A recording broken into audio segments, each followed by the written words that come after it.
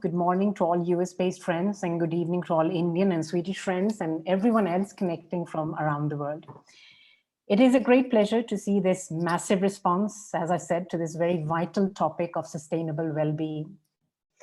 The organizers behind today's presentation is Social Venture Network, CSR Sweden, and the Global Bar magazine. The session is also being streamed at the Facebook page of the Global Bar magazine and thus being recorded. Before I introduce our presenter today, I would request you to please mute your systems, and during the presentation, should questions or comments pop up in your minds, please write these in the chat function on your right-hand side. The presentation will progress for an hour, followed by a Q&A session, a question-answer session. The questions and comments written by you will be read out during the Q&A, and you may also unmute your system and ask questions directly, should you want. Please feel free to have your cameras on, as I mentioned, as it is nice for the presenter to see your faces, reactions, nods, and thumbs up if you like something extra much. I will have a mild facilitating role, and my name is Parul Sharma. So friends, most welcome to this lecture on practices for sustainable well-being with growth mindset coach, Ms. Shveta Shourie. Shveta Shourie is a US-based mindfulness and growth mindset coach and the founder of Mindful Presence. She's passionately using techniques to help educate her clients of various sectors and students understand the strong dependence of sustainable well-being on being in the now. She has taught many workshops and conducted trainings worldwide for a broad variety of professionals, including educators, school and college administrators, doctors, psychologists, psychiatrists, and business executives. Shveta has been practicing various forms of meditations for over 20 years. With a diverse experience as a chemistry teacher and as a materials engineer, as an entrepreneur, meditator, and mindfulness and growth mindset coach, she's now an active coach in secular and neuroscience-based practice of growth mindset. Dear Shveta, the stage is yours. Most welcome. Thank you, Parul. Thank you so much for this generous introduction. I'm really honored to be here to contribute my little bit, and I hope it'll be informative and helpful, for all the attendees today. And hello, everyone else. I thank you for joining us today from all different time zones. Time is luxury in today's life, so I appreciate your presence here today. Last year and a half actually has been incredibly tough on all of us. And before we begin today, let us just know in our hearts that we're all not in the same boat. We're not in the same boat during these testing times. Yes, you heard me right. How we say we're all in the same boat. Trust me, we are not. I would say we're in the same storm, but in different boats, because the access to healthcare, the other social, economic, and environmental resources, they're not the same for everyone, right?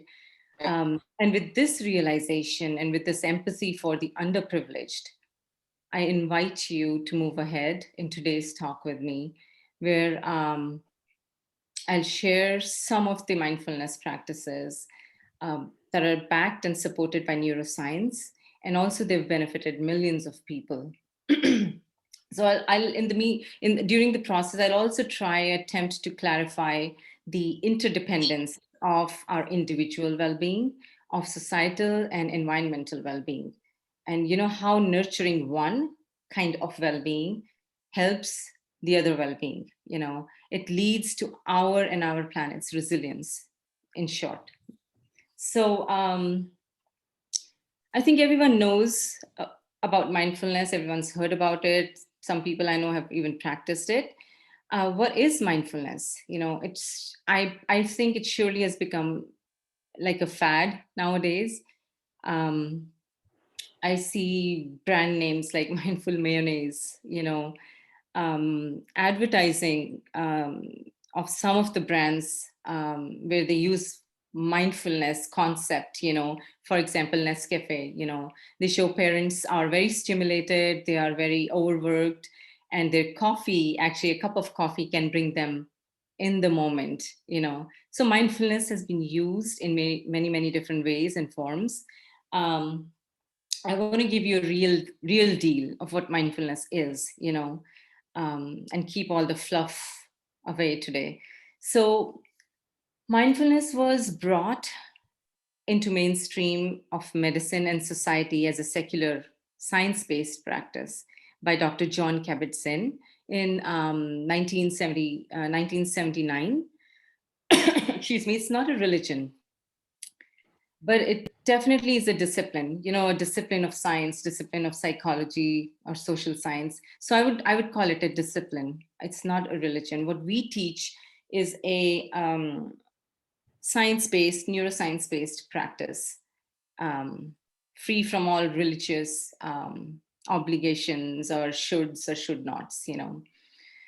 So after it was introduced, and after noticing innumerable benefits in clinical trials and after a lot of research behind mindfulness, now after almost 40 years of its introduction, we have a promising tool set, a promising toolkit, to address stress and depression and much more actually. And not only to address it temporarily, but actually make us resilient physically, emotionally, and mentally. So basically, it helps us sustain our well-being.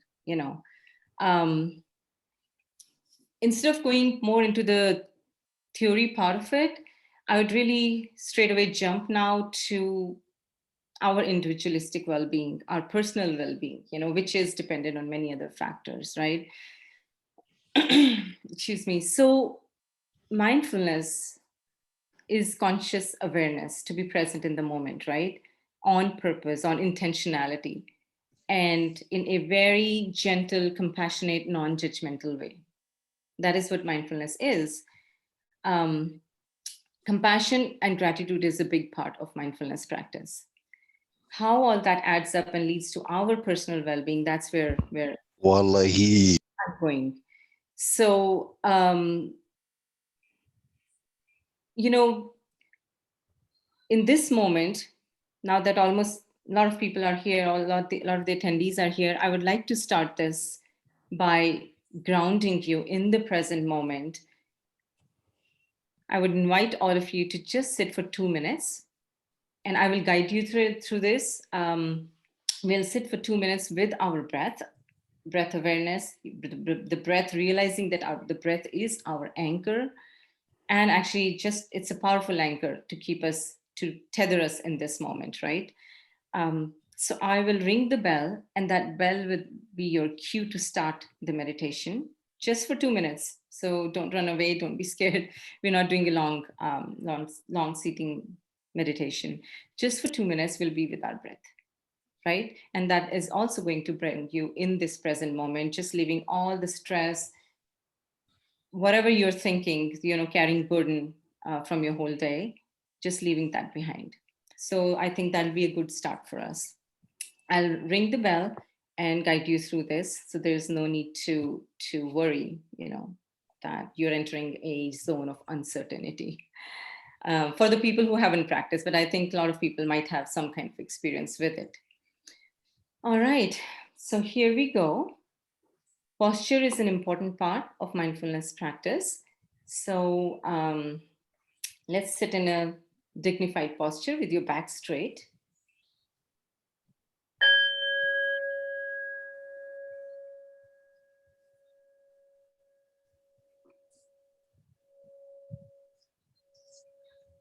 I invite you to sit in a dignified posture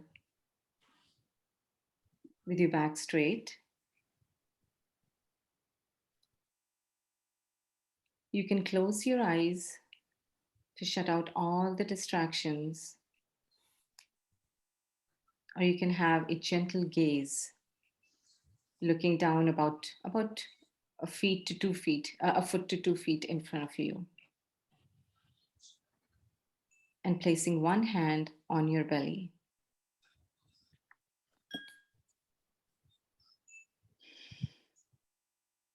Bringing your awareness to your breath, the slow, deep inhale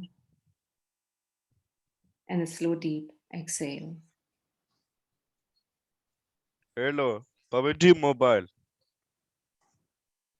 Just notice your breath.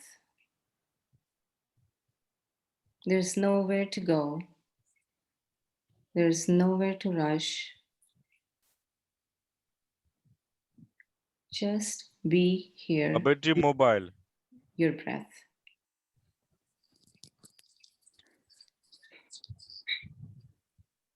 Kindly mute your systems, please. And if your mind wanders off, What? it will.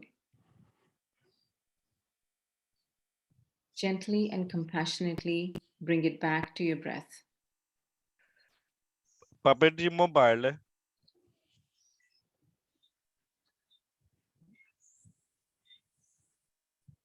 Noticing a deep inhale all the way to your belly.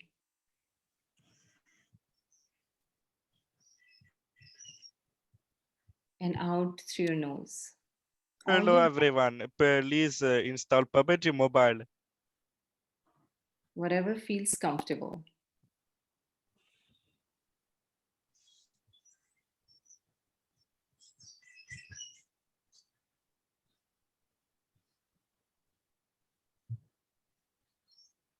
Paying attention to the air entering the tip of your nostrils. Please PUBG Mobile.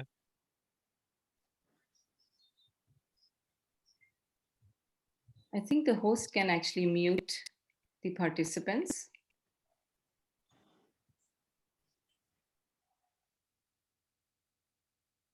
Paying attention to the air that is entering the tip of your nostrils.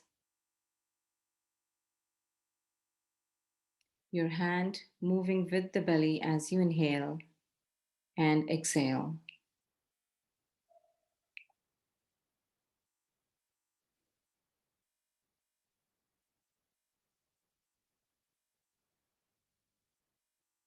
Just being with the breath.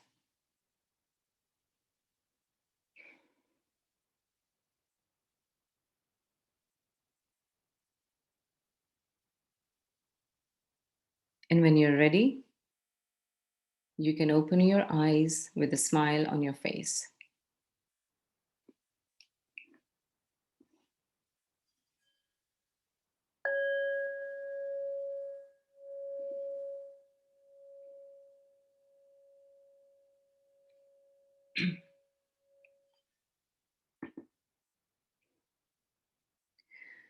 So I hope this was an easy exercise, a very short one. I encourage all of you to do something like this or exactly like this for 5 minutes every day. I normally don't tell people to begin with half an hour to 40 minutes of seating practice because that a lot of people, first, they don't have time. Second, they get discouraged because there is so much chatter in the brain and they don't want to face it, and it feels like waste of time. So, excuse me, excuse me. So, and keep yourself encouraged to keep your practice going. I always say, start with 5 minutes, 10 minutes, have incremental increases. And that way you'll be encouraged to continue seeing the benefits and to continue your practice. This is really about building a muscle, your mindfulness muscle. You know how we do weight training, resistance training, and we build our biceps? Just like that, when our mind wanders off from this present moment to a thought, to an emotion, to a distraction, to a physical sensation, we bring it back gently and compassionately to this moment, to our anchor, that is breath. And we do it multiple times. That is our weight training for mindfulness. So you end up building this muscle, and then eventually, with a lot of practice, you tend to be present in this moment naturally. Then you don't have to make an effort. So that's the goal. And to be present in this moment really leads to to the satisfaction and happiness about life. Because when you're not present in the moment, you're not present in your relationships, you're not present in your friendships, you're not present in important events in your life, because your mind is always engrossed in thinking, right? And when you're not present, you feel emptiness in life, you feel dissatisfaction in life. So that's where mindfulness helps hugely in our personal well-being, and actually in our relational well-being also. It's very interesting, if you notice, in mindfulness especially, we say, okay, focus on your breath. But when do we think? We've been breathing since we came to this earth, since we were born. But when do we really pay attention to our breath? In my opinion, actually, we take breath, the prana, the andithog for granted. I hope I pronounced it right. So we take prana for granted, we take breath for granted. And we tend to forget that breath is our solid anchor, to take us out of the default mode. 95% of the time, we are running on default mode. So leading from this meditation, getting into a simple practice of mindfulness, but it's a very powerful one. I want you to think of 3 things, just 3 things that you are grateful for today in this moment. You don't have to share it with us. So just 3 things that you're thankful for in your life.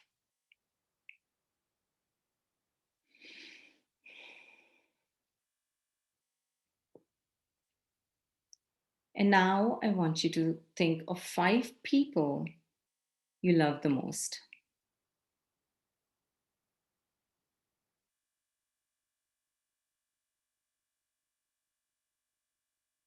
All right. Let me ask you this. How many of you thought of yourself as one of the persons you loved the most? Isn't it strange? Like most of the time, we actually think of 5 people in our lives, right? And yes, that was the instruction, but those relationships won't exist unless you are there. So you are the anchor for those relationships, right? So we hardly think of ourselves as one of the persons who we love the most. And that actually brings me to our first principle of mindfulness practice, which plays an important role in our well-being. So I emphasize that these principles, they're actually more like facts or realizations, but they're true, So in psychology, they talk about the traits of psychologically healthy person, like acceptance, having meaningful relationships, and having purpose in life. But for today's talk, that is out of scope. So I will only stick to the mindfulness principles, that aspect of it. So to cultivate mindfulness and to have a good, your own personal well-being, we should have a solid foundation. And to sustain practice, these 5 principles that I'm going to talk about are the essence. They're very important.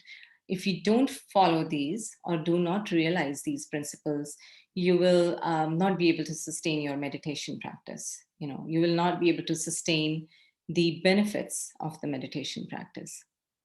All right. So the first principle is acceptance. Excuse me.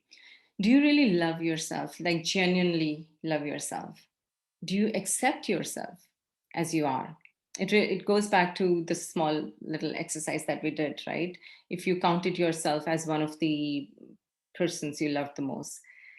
So, you're available for your friends whenever your friends are going through tough time. So why can't you be there for yourself as a best friend, your best friend, right? So the acceptance leads to this concept, basically. Love yourself, be there for yourself, make time and space to nurture yourself. And that nurturing really isn't just, it's not like going to a spa or, getting facial or pedicure, manicure done. It's more than that. Nurturing relationships that you want, your heart wants to nurture. Nurturing your space where you can meditate, where you can have self-introspection, if that is important to you, or whatever your well-being is guiding you towards. So that is acceptance. And acceptance also kind of is tied with compassion towards yourself, right? So being when we say self-love, it does not mean, I want to clear this notion, it does not mean being selfish, right? There's a difference. Self-love will really lead to self-esteem and confidence. It will not feed your ego. So that's the difference there. Selfishness will feed your ego. And the other part of acceptance is to accept, and it's a very important one too, accept whatever you cannot control or change. The more you resist, the more stressful it'll be for you. And we know that stress is not going to lead to your mental, emotional, or social well-being. So redirect that energy to find a workaround, to invest in what action you can take to make the situation better instead of resisting it. Resistance really leads to suffering. You can apply to physical pain, you can apply to emotional pain, but whenever you resist, it will lead to suffering. The suffering. So for the first step is to accept, basically get out of denial, right? Now, the second one is impermanence. It speaks for itself. Change is the only constant. So without going in much, detail, I would just say everything in life is temporary. So if things are going good for you, enjoy them with the realization that they will not last forever. And if things are not going good for you, realize it, that it is not going to last forever either. That will pass too. That's a very powerful realization, actually. And if we put like a reminder for ourselves every morning, I think that will solve a lot of issues that lead to our suffering. Now, the third realization, or third fact, or third principle is to know that you are not alone in facing this hardship. So you're not alone. There are many other people going through the same hardship at this very moment in the world, same emotional, mental, physical hardship. So observing this fact that you are not the only one actually gives you some kind of comfort, right? It also helps you change the narrative, actually. The narrative where most of the times you end up putting yourself in a victim position. So it helps you change that narrative, that you're not the only one. If you think victim, you're not the only victim. There are a lot of other people going through this, that realization. And once you realize, you can actually have the courage to help the real victims, help the underprivileged ones, right? Fourth one is self-compassion and compassion towards others. And it's been shown that it gives you happiness and purpose in life. It helps with mental and emotional hygiene. And there's enough research that actually suggests that people who are compassionate towards themselves and others are more resilient. So there's also research that shows, when we feel compassion, our heart rate slows down. So actually physical benefits have been noticed, our heart rate slows down and we secrete oxytocin, which is like a bonding hormone. And some of the regions of our brain that are related to, feelings of pleasure, empathy, caregiving, they light up when we practice compassion. And that makes us want to actually approach people and help people. So just imagine if everyone is practicing compassion, what kind of bonding we'll have with them, right? And how healthy their brain will be, how healthy their heart will be, right? The fifth realization is that present moment is the only moment that you have. This is the only moment that we are alive in. This is the only moment where we can live. This is the only moment where we can learn. This is the only moment we can execute our choice or our power in. This is the only moment we breathe in, right? So that realization is, again, I feel it's very powerful.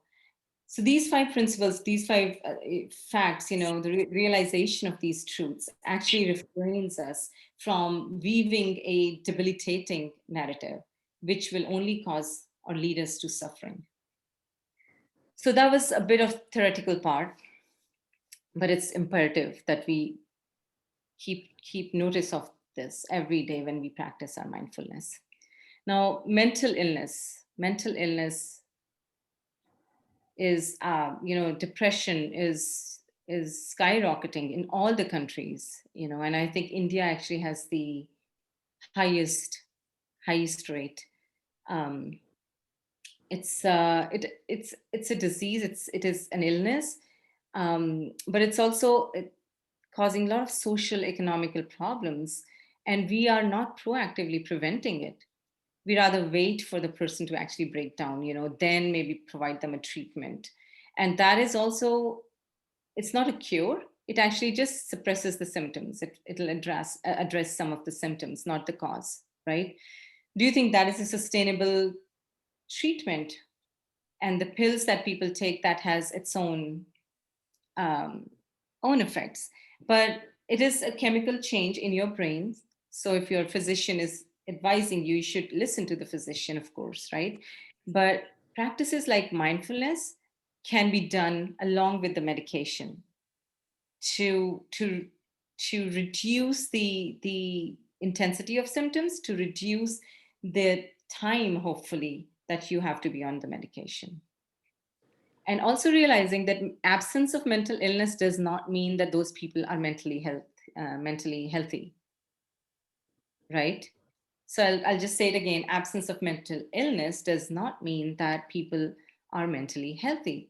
They may actually be languishing, which means they may be feeling emptiness in life. They may be feeling emptiness in relationships or have lack of purpose, but they're still clinically not diagnosed as depressed.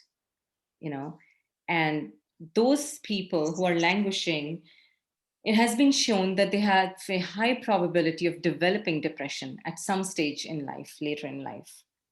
So why shouldn't we be proactive and address that, right?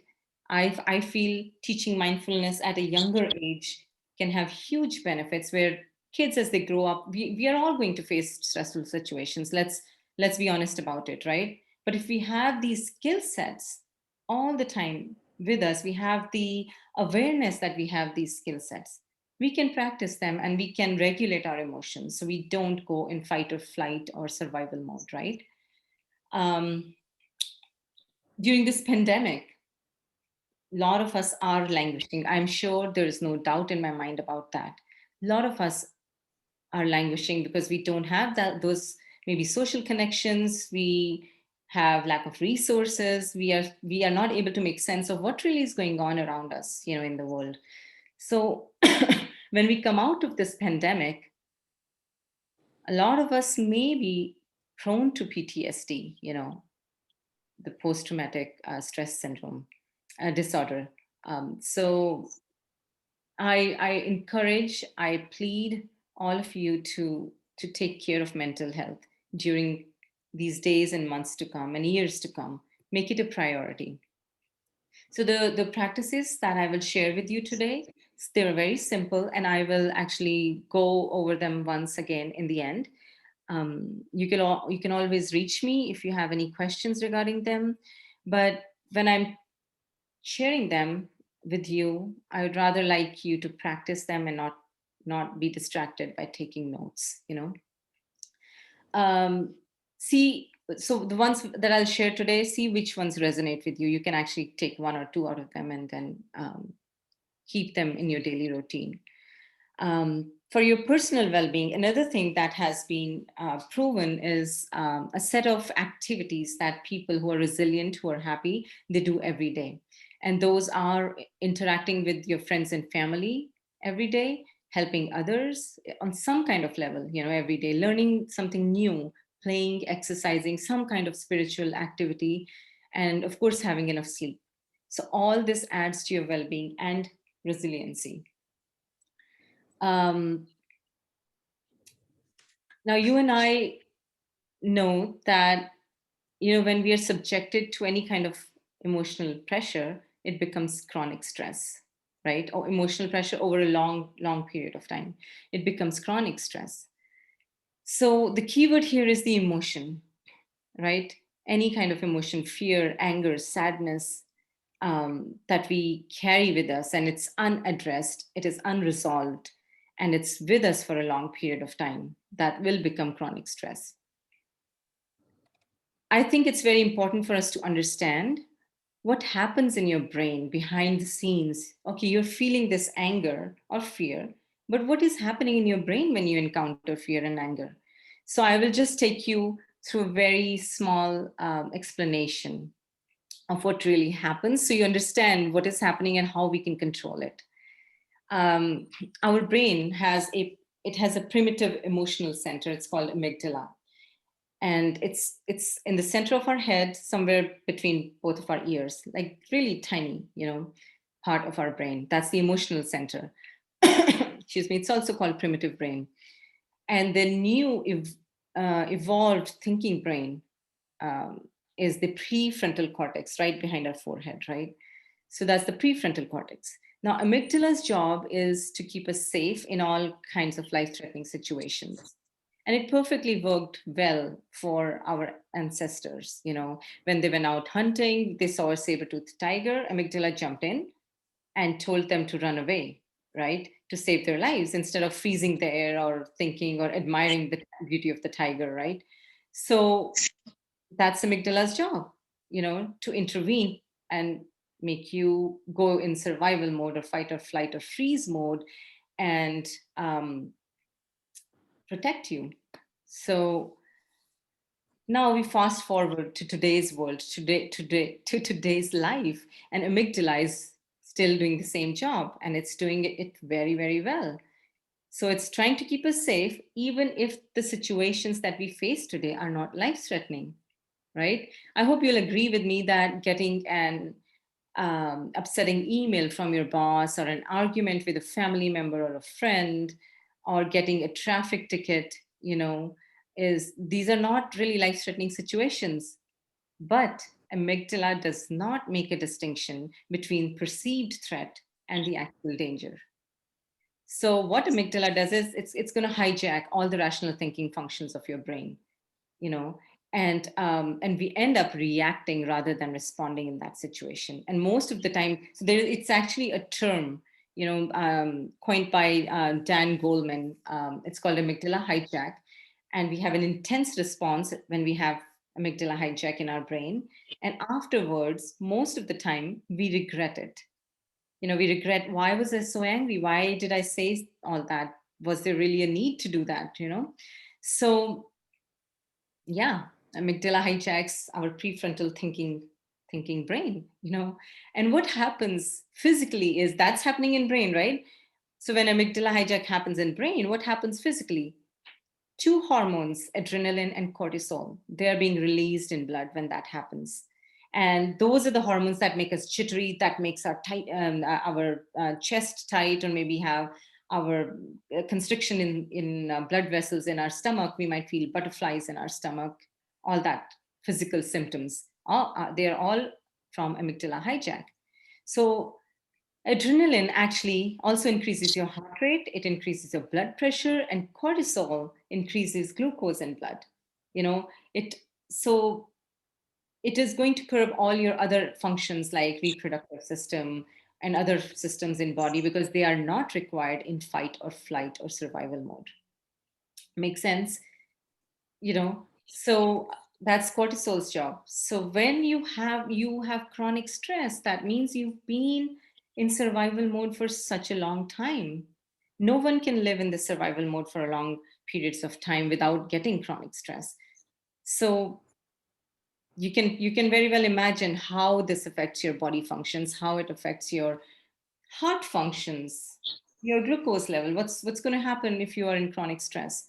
Of course, it's going to lead to diseases like diabetes, So yeah, without going much more into the depth of this, I just want to emphasize, what amygdala does. And actually there is hope, the mindfulness exercises, actually, they will prevent amygdala hijack. They give you some space. So you have an emotional trigger. Mindfulness exercises will give you some space and time, and they will remove you from that emotional trigger. When you have something right in your face, you don't get a complete picture, but when you have space, you're spaced away from it, you can look at the complete picture. You have a better perspective about it, right? So that's what mindfulness exercises do. They remove you from the emotional trigger, and they give time for prefrontal cortex, our thinking brain, to come online. So that will help us see, that we don't have to go in survival mode when we are angry. Anger is not a life-threatening situation. We can respond instead of react. Excuse me. So my hope is that I can show you this connection and show you why it's important. Now, when all this is happening, we really are not in the moment. With the awareness practice, we come in the moment. But an easy tip I want to share, an easy practice I want to share here is, when you realize this is going on in your head, you are caught up in the whirlpool of thoughts, you're not able to stop, actually think of the acronym STOP. Think of the word STOP, S-T-O-P, right? So S actually stands for stop. Stop whatever you're doing. Stop whatever you're thinking, whatever chores or work you're doing. Just catch yourself in this moment. T is take a deep breath mindfully. Excuse me. So it quickly brings you in this moment. And then O is observe or notice. O stands for observe or notice. What do you have to observe? You observe three things in this moment: physical sensations, that are the body sensations. So you observe in this moment, what is happening in your body. Are you in pain? Are you breathing shallow? Is there discomfort in your chest? Are you tightening your jaws, clenching your jaws? So all those body sensations, you observe those. And the second is you observe the thoughts. What thoughts are you thinking in this moment, right? Are you thinking some kind of judgmental thoughts about another person, maybe about your own self? Are you thinking you should have done this, you should not have done this? So bring attention to what you're thinking. And then the emotions. Emotions is the third thing you observe. What are you feeling in this moment? Are you feeling angry, sad, frustrated? So basically observing all these. What you're doing when you're observing, you are labeling these emotions, you're labeling these thoughts, you're labeling the body sensations, right, in this moment. And that brings you out of the autopilot mode. Your autopilot mode was what?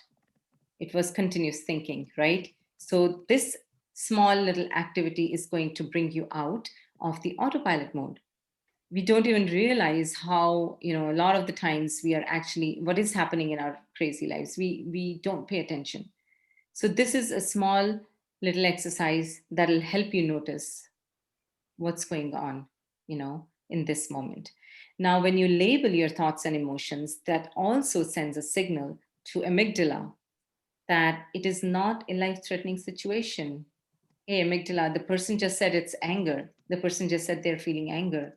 So it's not life-threatening, So you're safe, the person is safe, right? Then amygdala will not hijack your brain functioning to protect you, because its function is to keep you safe, and you sent a message, you are safe, right? So P in STOP stands for proceed with awareness and with kindness. I would suggest you put this word STOP, S-T-O-P, on a Post-it, and maybe put it on a mirror, on your desktop, on your laptop, wherever you think. Or you can actually put a reminder on your phone every other hour. It just pops up, it says stop, and that's your cue to stop and bring your awareness to yourself, to your body sensations, to your emotions and thoughts. It's a very powerful exercise, and it takes less than a minute, or you can take longer as well to describe what you're feeling in detail. From here, I'll lead you to a self-care mindfulness meditation. And it's a self-care meditation to feel safe. It's also going to, this will also send a signal to amygdala that you are safe in the moment. And by doing this, it's literally like you are a mountain in a storm, you know.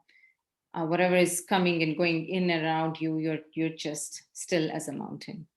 So please follow me through this beautiful self-care meditation. And it's the same deal. I'll ring the bell to start it, and I'll ring the bell to end it. And I will guide you through the meditation. All right.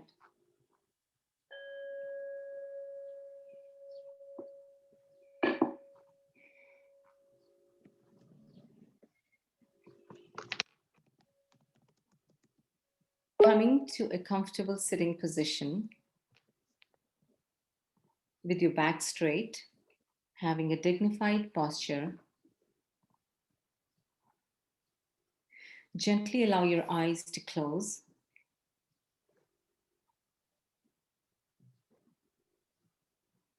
Place one hand on your chest and one hand on your belly.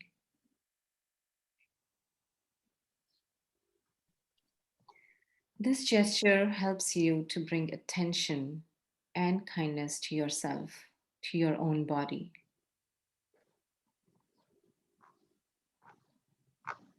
It also tethers your focus to your breath.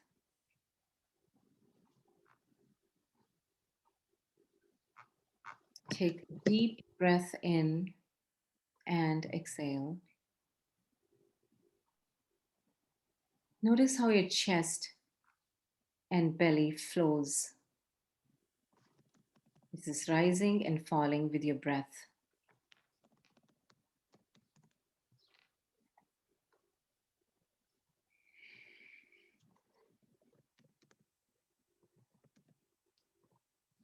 A deep breath in through your nose and out through your mouth. Inhale and exhale.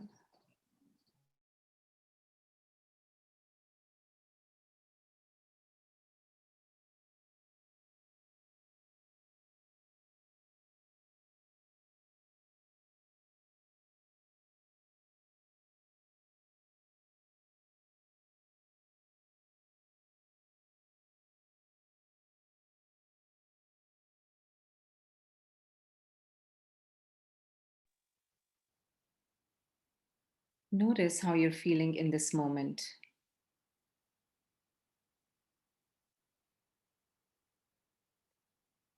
Notice if you're anxious or fearful or sad. Acknowledging this feeling and being with it in this moment.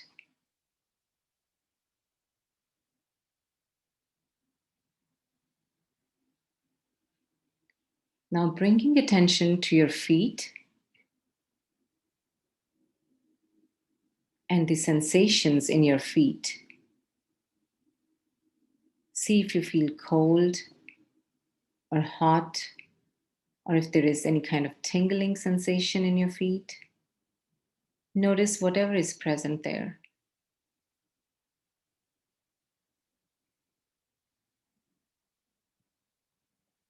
Now gently bring your attention to your thighs and your buttocks.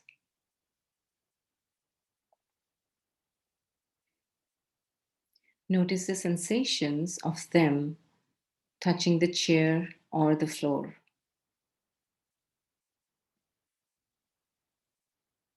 Noticing how your body is supported in this moment.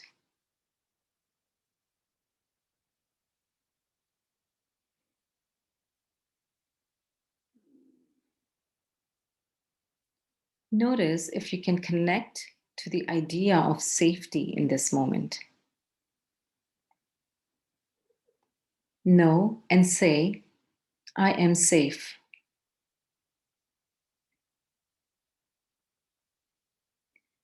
Breathing in and out.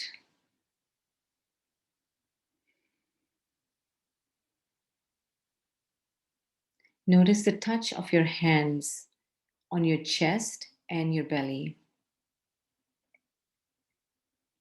feeling the heartbeat and your breath.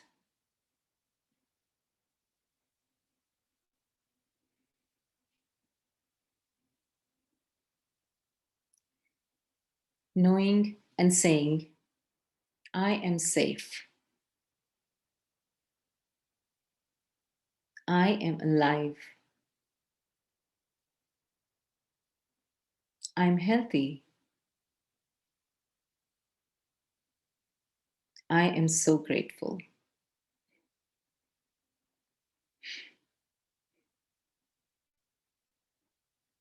Now noticing how you feel about the resources you have.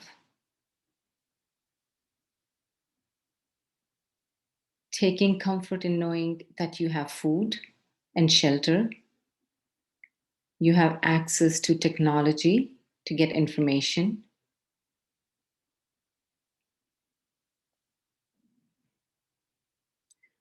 Know and say, in this moment, I have all the resources that I need, and I'm very grateful.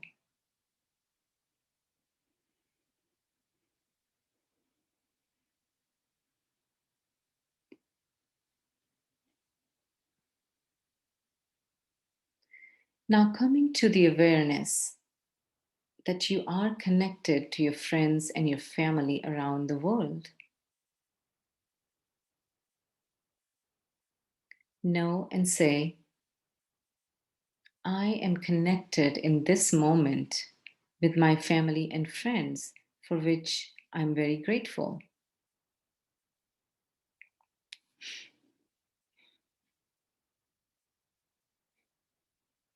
Breathing in through your nose and out through your mouth. In this moment, I am relaxed.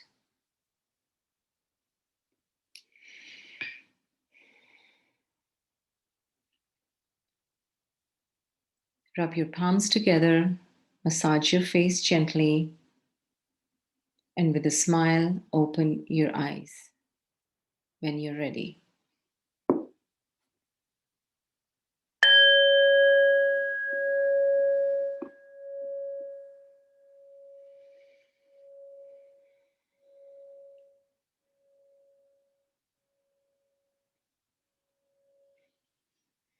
I hope this gave you a taste of what all you can address in mindfulness practice.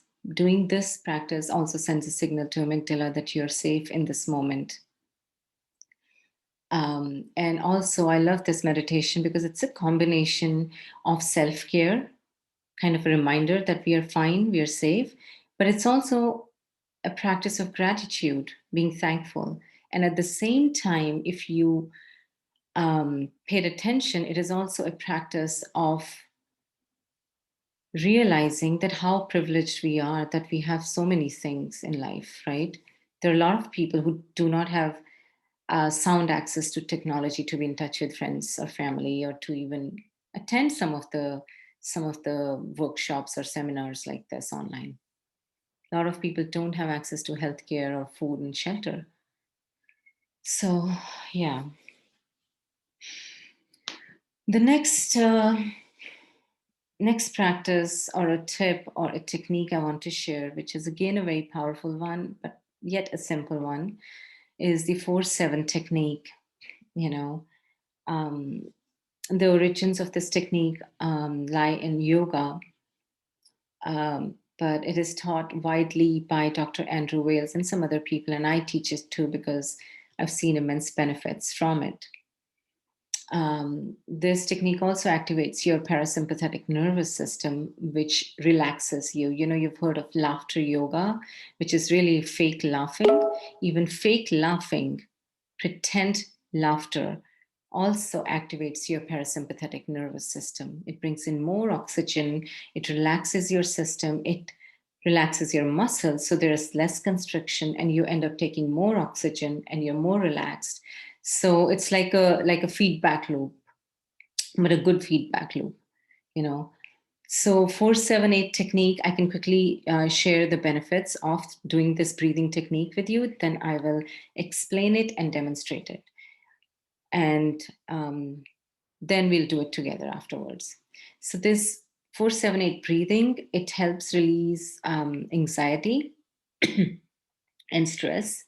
It improves your heart rate, slows it down, it lowers your blood pressure, it helps with insomnia, it improves digestion, and it also reduces, or it helps with fight or flight response, which is actually a stress response, right?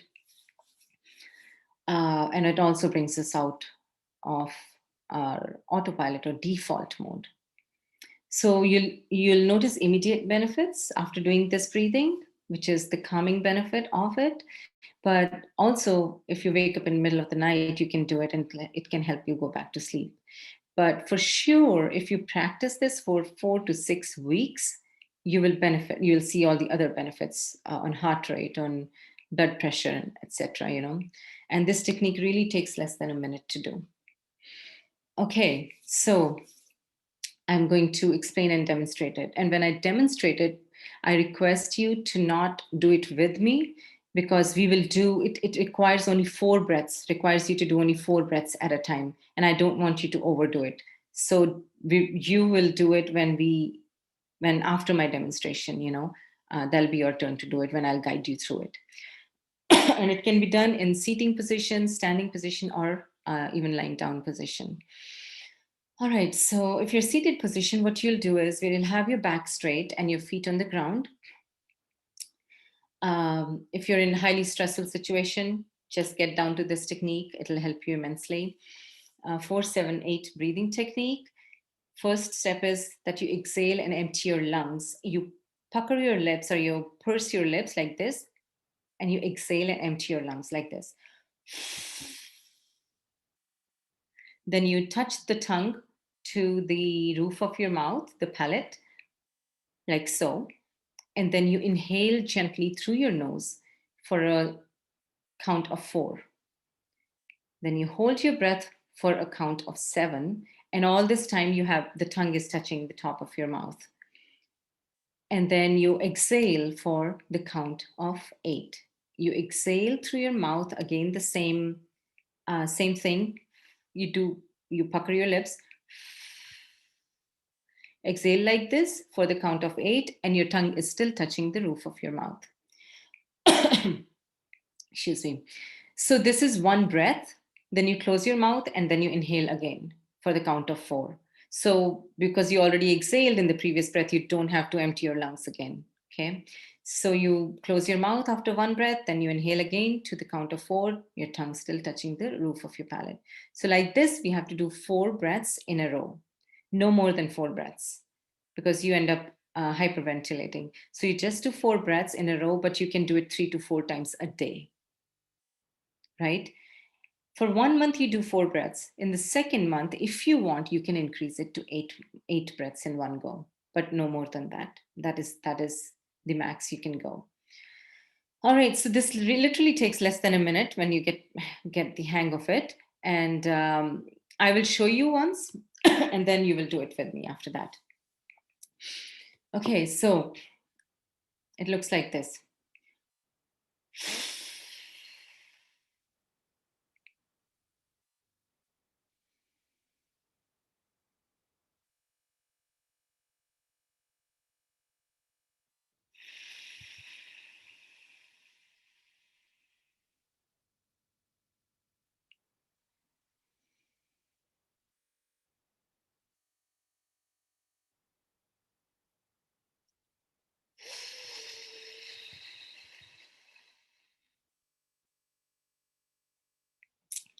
Okay, so I just did 2 breaths there. Now it's your turn. Please sit with your back straight. Just relax your shoulders. We'll start with emptying our lungs out. Pucker your lips and exhale through your mouth. Touch the tip of your tongue to the top of the mouth and inhale to the count of 4. In, 2, 3, 4. Hold, 2, 3, 4, 5, 6, 7. Out, 2, 3, 4, 5, 6, 7, 8. In, 2, 3, 4. Hold, 2, 3, 4, 5, 6, 7. Out, 2, 3, 4, 5, 6, 7, 8. In, 2, 3, 4. Hold, 2, 3, 4, 5, 6, 7. Out, 2, 3, 4, 5, 6, 7, 8. In, 2, 3, 4. Hold, 2, 3, 4, 5, 6, 7. Out, 2, 3, 4, 5, 6, 7, 8. Just relax. So that was your 4, 7, 8 breathing. Now, for our personal well-being and for your children's and children's families' well-being as well, I want to share another technique. I love this technique. I just love it. And it's very powerful again. I invite you to keep a gratitude jar or a gratitude journal, and do this every day. Make it a fun thing to do for yourself and even for your children if you have children. Write 1 or 2 or 3 things every day on a small slip in your journal, or if you're having a jar, gratitude jar, write it on small slips, 2, 3 things, that you are grateful for that day. Do it every day, and then when there's this one day when things are not going your way, you are upset about something or you're angry, just open your gratitude jar, take out a slip and read it, or maybe read 2 or 3 slips out of that. And that'll give you a beautiful realization that, it is just today that I'm upset. It is just today that I'm angry.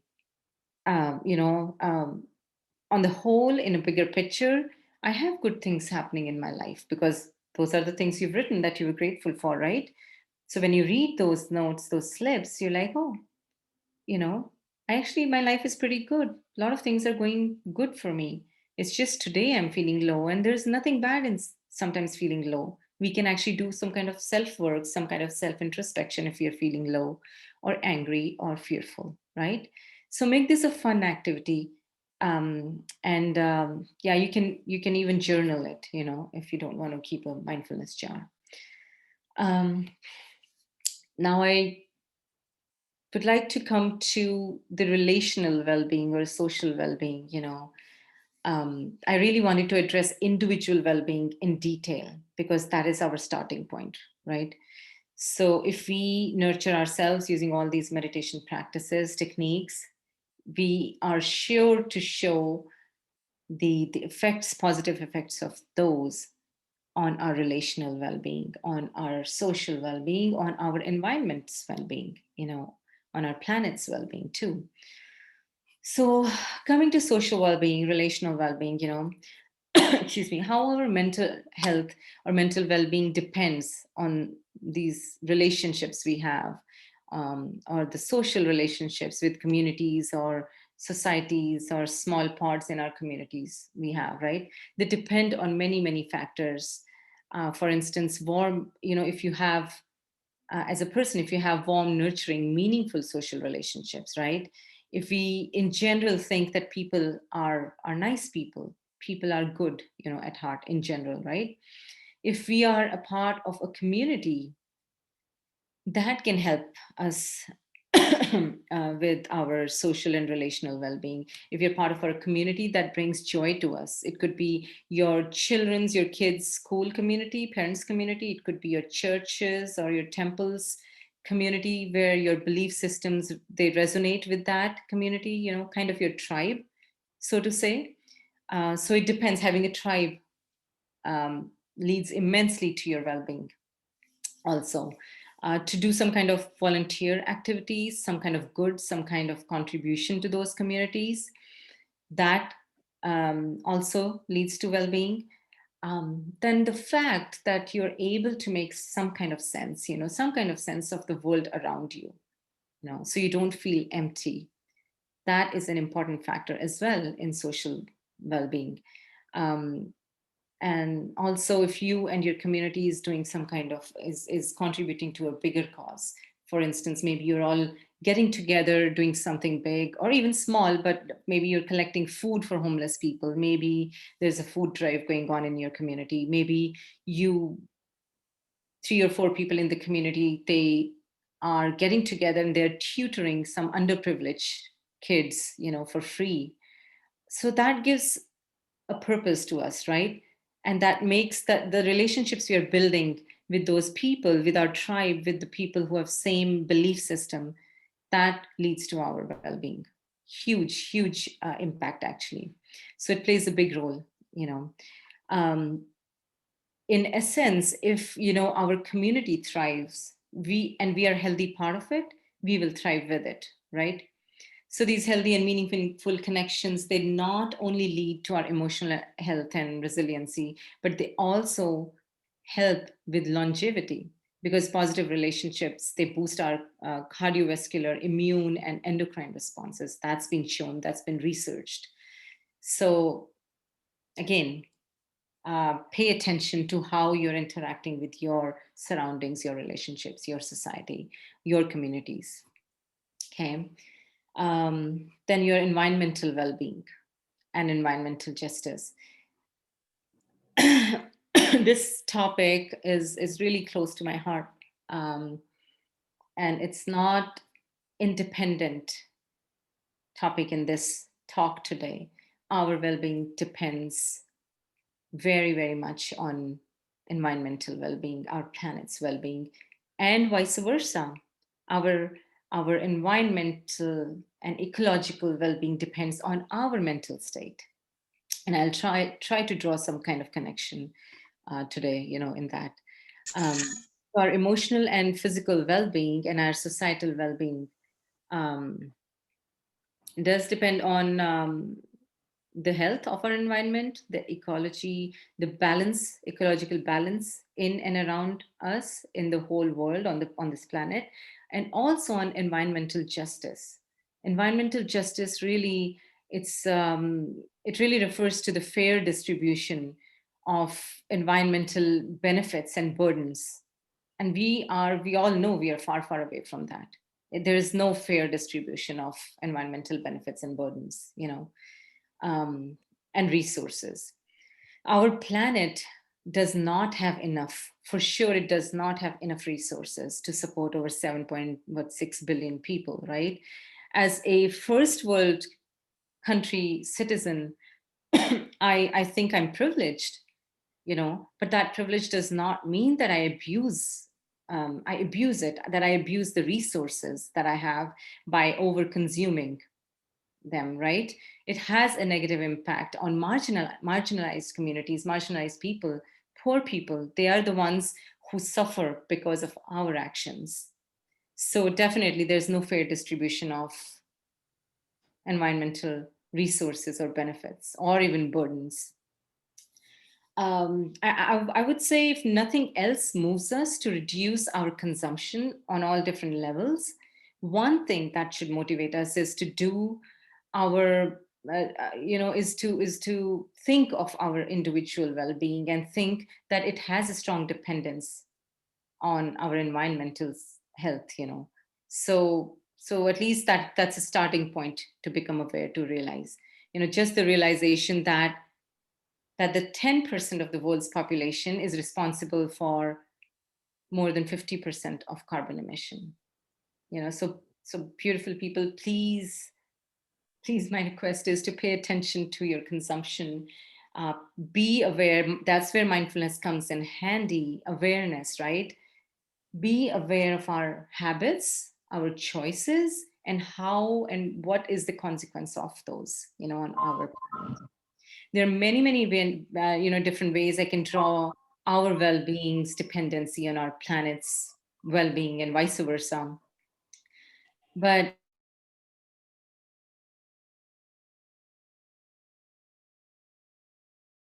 somehow I keep getting muted. All right, I just unmuted myself. I'm sorry, Shveta, I muted you. It wasn't on purpose. Trust me. I forgive you, Paru. Thank you. Lots of love. Thank you. All right. I receive your forgiveness. Love you. Okay, so so the consumption and overconsumption. I'll just put it simply by giving this example, right, of overconsumption and how our mental health affects the environment and ecological balance. You must have heard of retail therapy, right? Yep, there's a term like that, retail therapy. You know, shopping and buying stuff to relieve stress, to feel better about what? Like really better about yourself, your circumstances, by spending on things that we don't really need. Why? Because we are stressful, because we are angry, maybe we are fearful. So see how we are in a mental state, and that mental state, we have no way out. So just to escape, we don't know what to do, right? So just to escape that mental state of stress, fear, anger, whatever it is, we are distracting ourselves by buying more of things we don't need. You know, well, guess what happens? It's been proven that this retail therapy really does not work, especially not in long term. You know, in that moment, maybe it'll give you a small little happiness. You'll feel rich. You'll feel, wow, I'm going to wear this to the next party because I don't want to wear that old whatever dress or top or shoes or whatever. You know, I'm just giving an example, but you get it, right? So your mental health is driving you to overconsume here. And it's been proven that that is the case. That happens, you know, actually, unless we are aware of our choices. And this is putting burden on our limited resources that we have. So I'm sure what you buy under stress, you know, it has a significant enough carbon footprint, depending on how it is produced, if it goes in a landfill, if it is, excuse me, if it is biodegradable or not, right? And that affects our planet. That affects the carbon footprint we leave behind. And this is causing global warming, extreme weather conditions. We don't need evidence for that. Extreme weather conditions, hurricanes, fires, polar ice sheets melting, right? Desertification, and it's making our planet uninhabitable. What are our children going to inherit? That really breaks my heart. You know, this thought is actually affecting many people's mental well-being. So our well-being is affecting our planet's, our resources well-being, our resources access to us. And this whole situation in turn is affecting a lot of people who are aware, who are concerned. It is affecting their well-being. So see how they're dependent on each other, right? So people are aware of climate change and its dire consequences. Another thing to think about. May I just interrupt a second? I think if you can take 2 more minutes, then we need to open the floor for questions and comments. Okay. Is that okay? Yeah, that's totally fine. I just cut short a little bit. So yeah. Okay, so basically you get the point, right? It's really, there are many more aspects to it which actually affect our well-being. So knowingly or unknowingly, we are actually imposing the consequences of our choices on Earth's environment, you know. And past a certain point, climatologists actually believe that we may not even be resilient enough to bounce forward, you know. So there are many solutions, and because of lack of time, I'll not go into that. But how mindfulness plays a role here is very important.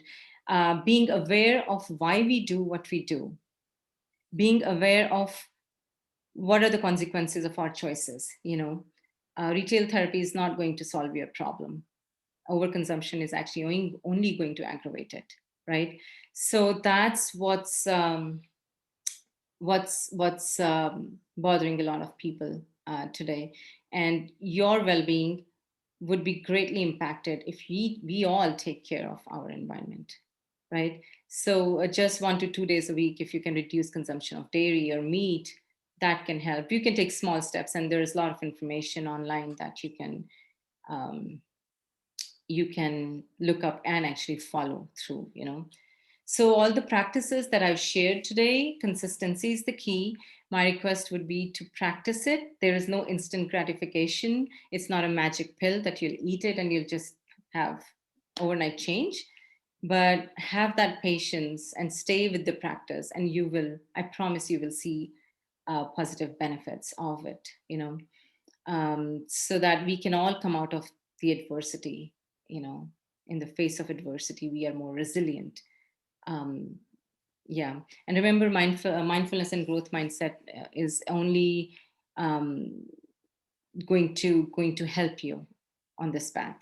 You know, it's the good news is it's an acquired skill. We are not born with it. So that's a hopeful message right there. I'd quickly go through the summary. Is it okay, Parul? We have time, or I can, if We have questions. time. Go through the summary, and then we will open the floor for questions and comments. So just a kind of a quick overview reminder, you know, and I'll see if I can share my screen here. Okay. So we just went through this, the mindfulness principles for personal well-being, acceptance, impermanence, realizing that you're not alone in this, self-compassion, compassion for others, and present in the moment, right? Then the practices that I shared with you today, or each one of it is simple yet powerful. Seated breath awareness meditation, 478 breathing technique. STOP, the acronym, self-care meditation, and also the gratitude journaling or keeping a gratitude jar. Then there are some movies that I would like to recommend to bring more awareness in your community, society, you know, for your children. First one is Climate Emergency, amazing movie. It's on feedback loops and makes you understand what they are. What are we doing to our planet? Minimalism, a documentary about the important things, and Kiss the Ground. So if you have time, see if you can watch them. And here's my contact information. If you want to host some workshops, some webinars, if you want to partner with me, most welcome. These are here's my email, and my phone number is also on my website. So it'll be a pleasure to work with you, and that's it. You know. Thank you, Shweta. Thank you very much. And You're most welcome. And friends, any comments or questions you might have, please, if you want to write it down in the chat function, you're welcome. Or if you want to turn on your microphone and camera and ask the question or comment, please go ahead. Anyone? You can raise your hand if you wish, or just jump right in.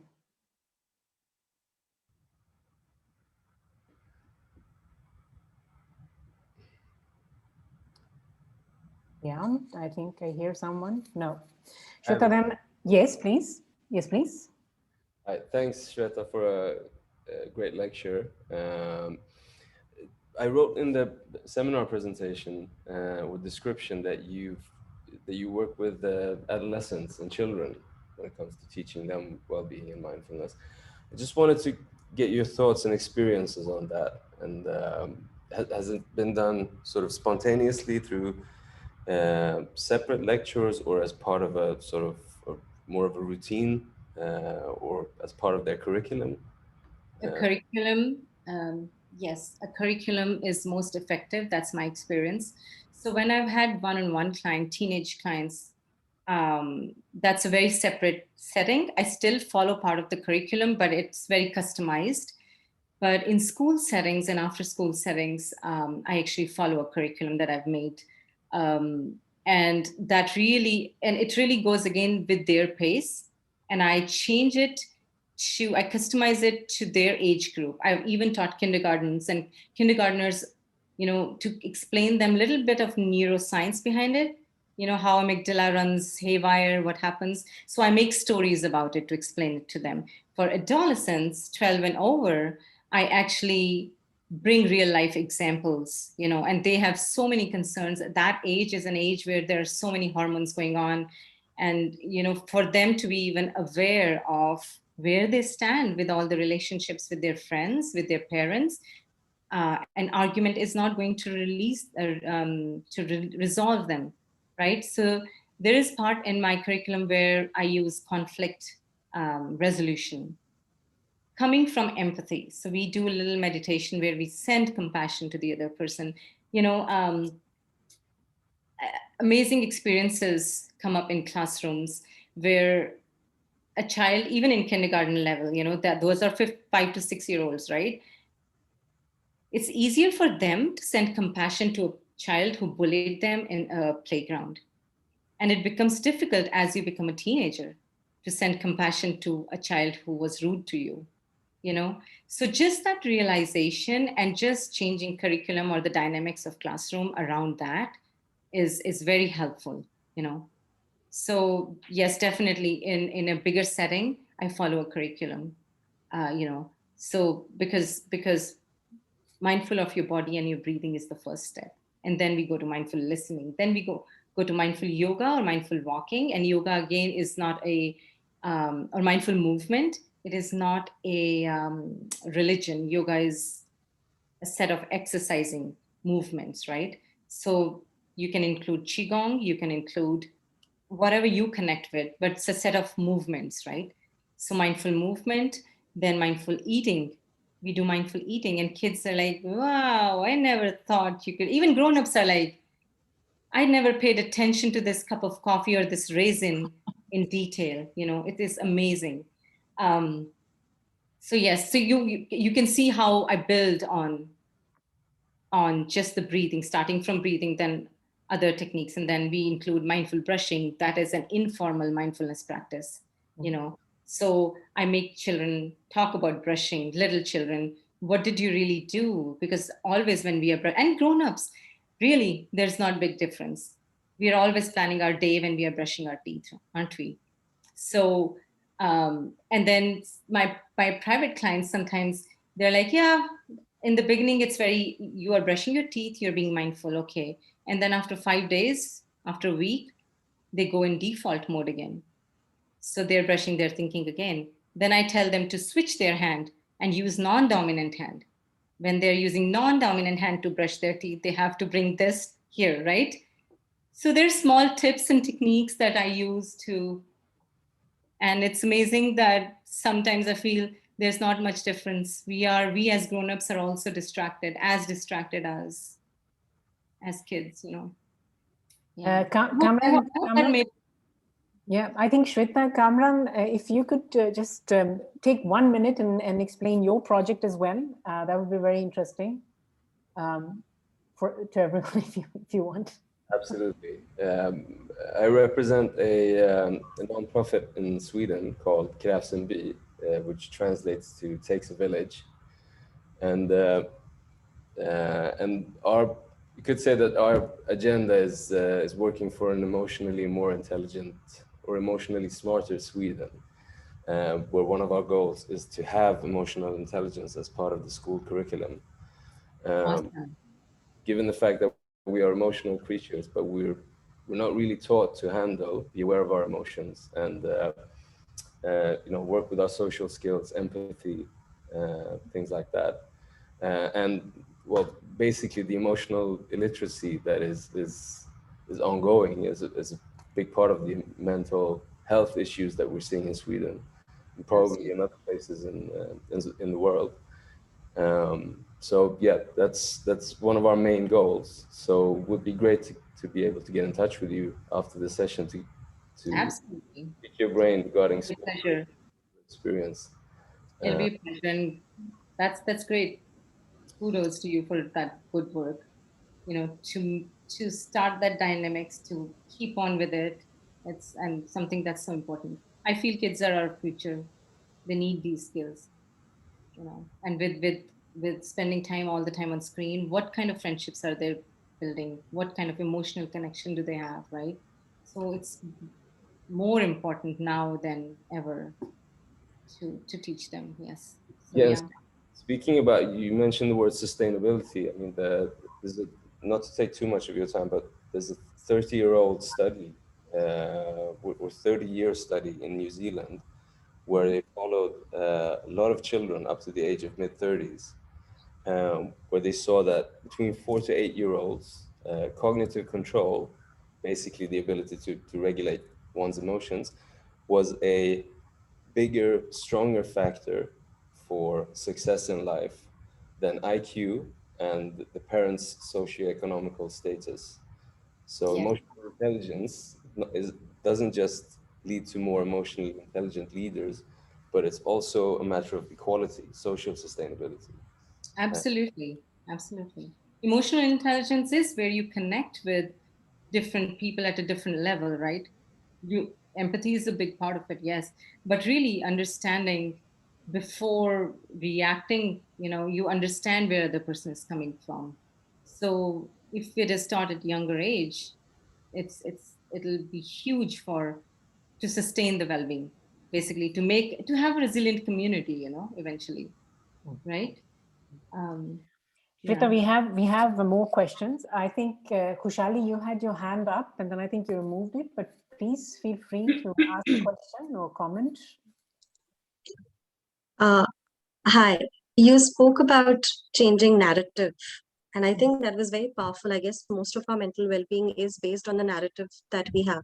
And when we talk about narrative, we're basing it on language. Mm-hmm. And the language we grow up with and hold on to flips the way I see the world and myself. I'm wondering if you could help me understand how we can use mindfulness or any specific mindfulness technique to draw my awareness to the kind of words I'm using and how. So it's really basic practice. Mindfulness is awareness, right? When you build that muscle, of awareness, basically, it's not a magic pill, but you have to go through this practice of, you see, the first exercise where we sat with our breath and we had something come up, an anger, right? Or fear. And then we got consumed by that. We forgot we were with our breath.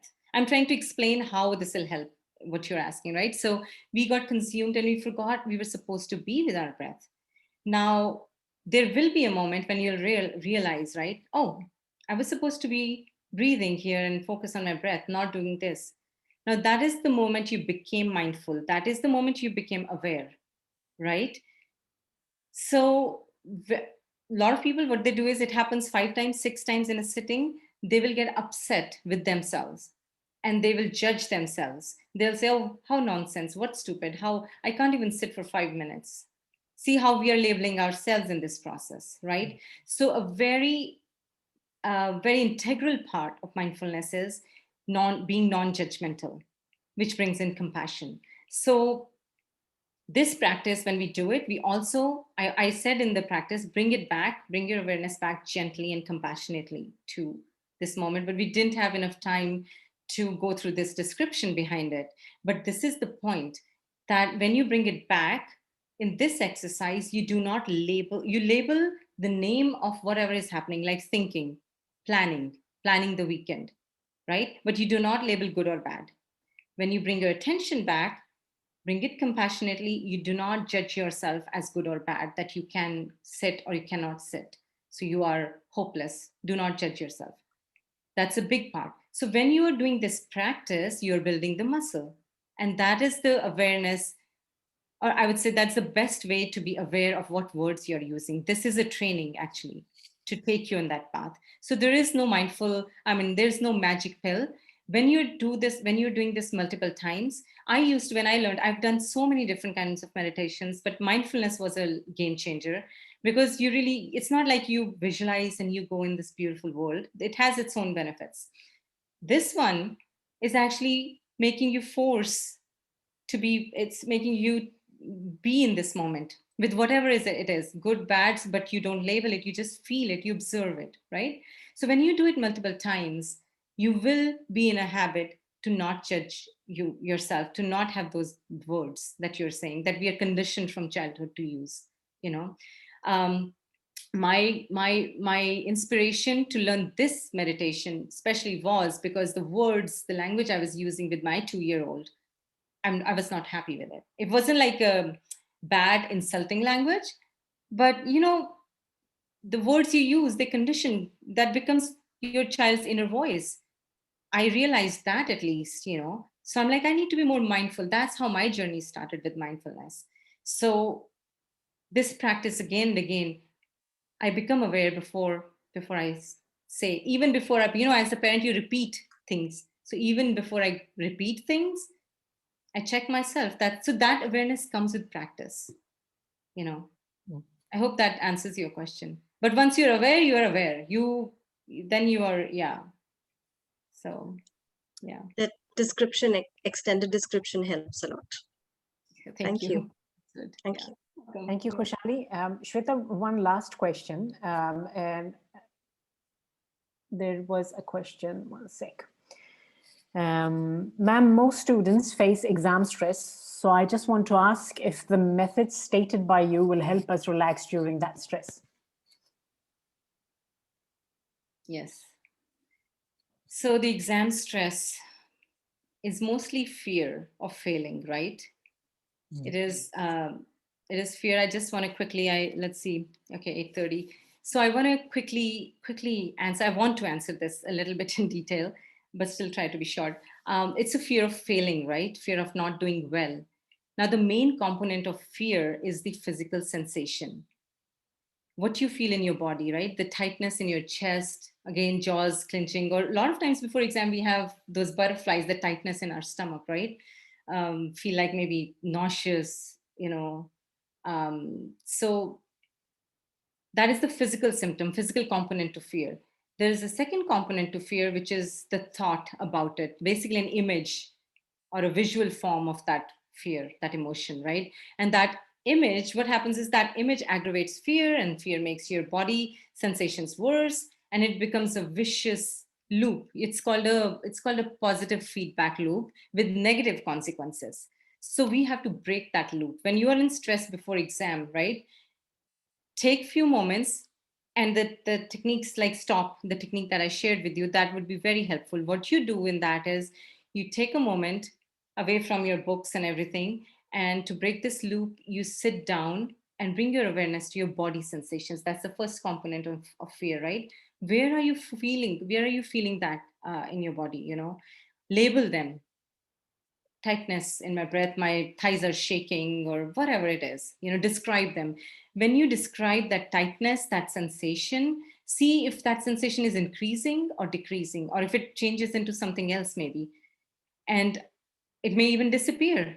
So what you're doing in this practice is basically you are telling amygdala, it is only fear of my exam. It's not life threatening. So whatever symptoms I'm feeling right now, they're not life threatening.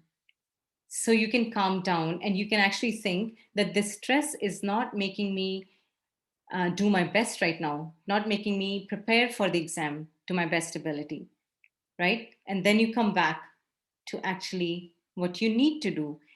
No meditation can replace action. That is one thing. Maybe I should add it in one of the principles or the facts or the realization. No meditation will replace your action. So you still have to prepare for the exam, but this unnecessary fear and stress is actually adding to the suffering on top of what you have to do, which is preparation for the exam, right? So use the acronym STOP if you want. You can even sit and breathe and be with your breath for some time. So all of them will help. 4, 7, 8 will help, So I hope that made sense. Everything you said made sense, Shweta. And also beautiful reminders to all of us. And as you can see in the chat section, there is a lot of gratitude and many thanks to you from a lot of participants. And thank you so much for sharing all these techniques with us. I hope. Want to. Mm-hmm. Please. So I actually wanted to thank you, everyone, for their presence today. And also I want to thank Social Venture Network Sweden, CSR Sweden, and the Global Bar Magazine, for hosting this event, for actually meeting the need of the time. I think this is the need of today's time. Yeah. Great. And it looks like Shashi uncle wants to say something. Shweta's dad is here as well, my uncle. Oh. All right.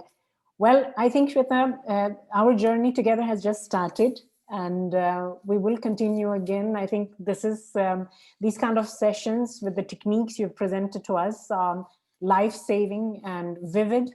We need them, and we need to be reminded of them, I think.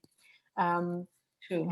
I think many generations are well aware of that. This is sort of already neuroscientifically proven, and it has a lot to do with certain spiritual philosophies, and it is connected to certain religions, but we do find support in science today. And whatever sort of argument you need to support your exercising these techniques, it's up to you. I wish all of us all the best. We are still in a living in a pandemic, and longing to go back to what used to be. But I think what we need to look away from is this harmful consumption, which you also referred to, Shweta, briefly. Retail therapy. That's a very interesting word. So thank you all for joining in. Thank you to our partners, Social Venture Network, CSR Sweden, and Global Bar Magazine. So you will be able to see this link to Global Bar Magazine's Facebook page. So if you look for Global Bar Magazine on Facebook, you will find the page, like it, and follow it. And you can also, if you're interested in our seminars, which are mainly on conventional sustainability issues of human rights, labor standards, environmental and climate justice related issues, then you can also join and look at CSR Sweden's Facebook page and website. Friends, do take care. Shweta, many thanks, and wish you a good day. It's still early morning for you in the Not US. early. Yeah, it's not that early, but yeah, it was a pleasure. Very always an energizing experience to share something that I know has helped many people and will help. So yeah. So maybe you want to finish the session with your bells or with your with a lot of gratitude. Okay. If you so want mindful listening, you can listen mindfully.